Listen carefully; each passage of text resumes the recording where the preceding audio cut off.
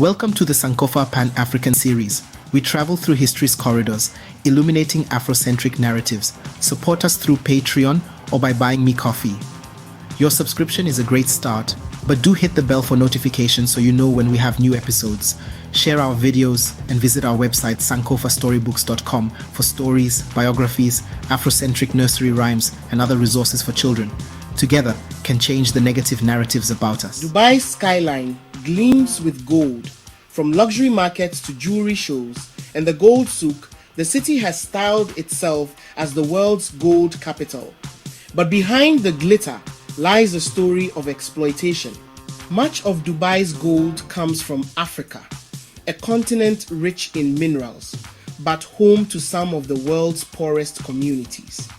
If Africa is so rich in gold, why are its people still so poor? Several African countries are rich in gold reserves. Major exporters include Ghana, Sudan, Mali, Burkina Faso, the Democratic Republic of Congo, Zimbabwe, Tanzania, Niger, Chad, and parts of Nigeria. Much of this gold is extracted through informal or illegal means, using dangerous methods and cheap labor. The environment is left devastated. It's a multi-billion-dollar industry that thrives outside the rule of law. Gold is sold to middlemen who smuggle it out. From there, it is flown often unrecorded to Dubai. Once extracted, gold follows an undocumented route. Middlemen buy from artisanal miners at unfair prices, then transport the gold to urban centers.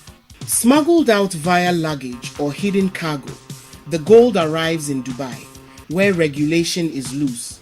In Dubai, the gold is refined and legitimized, ready to be sold globally.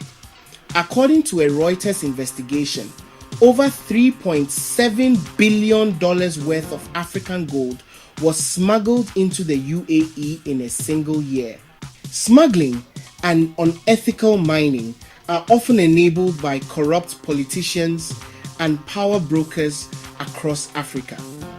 Government officials accept bribes to allow illegal mining and smuggling. Customs officers are paid off to look the other way at airports and borders. In some cases, military or political elites directly control mining sites using public office for private gain. This corruption ensures that gold wealth does not reach the people. It instead fuels lavish lifestyles for the elite and prolonged underdevelopment. Dubai has been repeatedly flagged for its lax approach to gold imports, becoming a preferred destination for smuggled or conflict gold. Travelers can carry kilograms of gold into the UAE without proof of origin. Dubai has historically not enforced strict due diligence on gold imports. Refineries in there process this gold and repackage it as legitimate bullion, often mixing illicit gold with clean sources. A 2020 Reuters report revealed that over $3.7 billion worth of gold was smuggled annually from Africa to the UAE. The disparity is glaring. In Africa, artisanal miners earn as little as $2 a day and are often exposed to mercury poisoning, landslides, and armed groups. Local communities suffer environmental destruction and displacement. Governments miss out on billions in export duties due to smuggling and corruption.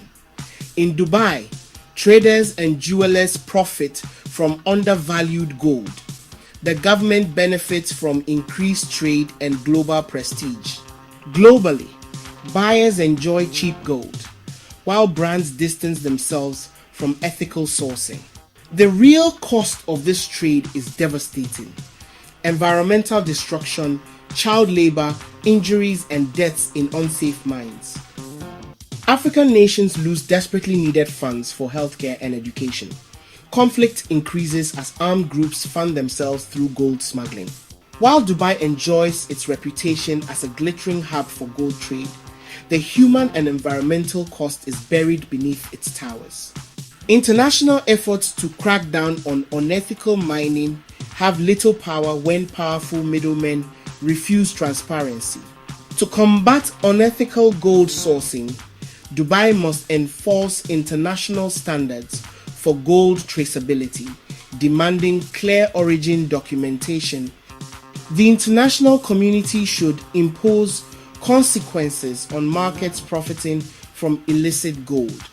African governments must regulate artisanal mining, protect workers, and retain more gold revenue. Gold buyers must use technologies to ensure traceability and identify responsible sources. African nations need to enact transparency laws mandating public disclosure of mining licenses and export data, hindering corrupt officials and empowering citizens to hold leaders accountable. The international community must penalize refiners and markets knowingly dealing in illicit gold, reducing the profitability of ignoring gold origins. Governments must support ethical mining in Africa by formalizing artisanal mining and creating fair trade pathways, enabling miners to earn a decent living and work safely. Concerned citizens must keep exposing corruption by naming officials who enable the exploitation of Africa's resources.